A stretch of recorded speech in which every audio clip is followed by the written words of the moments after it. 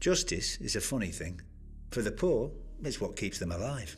And starving, depending on how the local lord feels about his woods, his streams, his crops. For the rich, justice is what you get if you're not careful enough, or rich enough.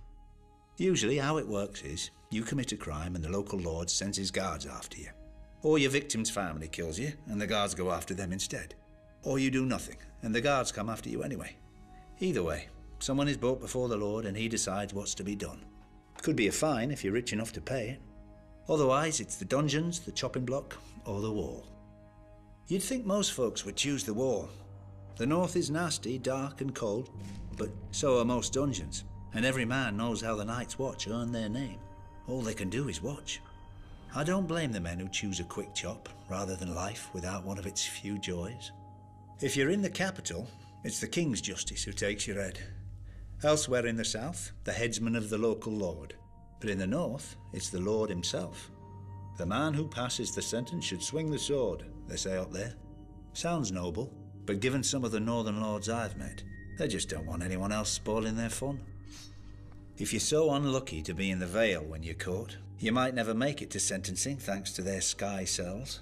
Open on one side to a long fall, with the floor sloping down towards it like a woman's thighs. After a few days, they say the sky starts calling to you. Men jump with smiles on their faces, expecting the wind to lift them into the sky. It doesn't. To think Lord Tyrion was one tit-shaped cloud away from death. Lucky for him, he was highborn. If your family honour goes back hundreds of years to a time when your ancestors hit other men harder than they were hit, you have another option. Trial by combat. You either fight your accuser, or you both pick champions to fight on your behalf, and the gods will favour the righteous man. As long as he's also the strongest, the quickest, or the luckiest. Once in a long while, you may get two real high-born shits having a go at each other, and one of them might be fool enough to demand a trial by 7. Exactly how it sounds. 7 men against 7 men. Makes for a good show, I guess. But any man who's been in battle knows that the more men involved, the less skill needed, the more chance of accidents.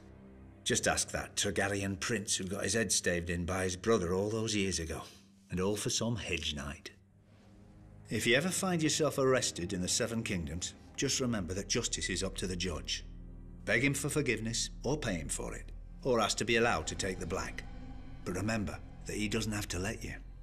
There are plenty of lords out there who think hands and heads are great decorations for their spikes. The Septons claim that justice is of the gods. Nice of them to keep it up there to themselves.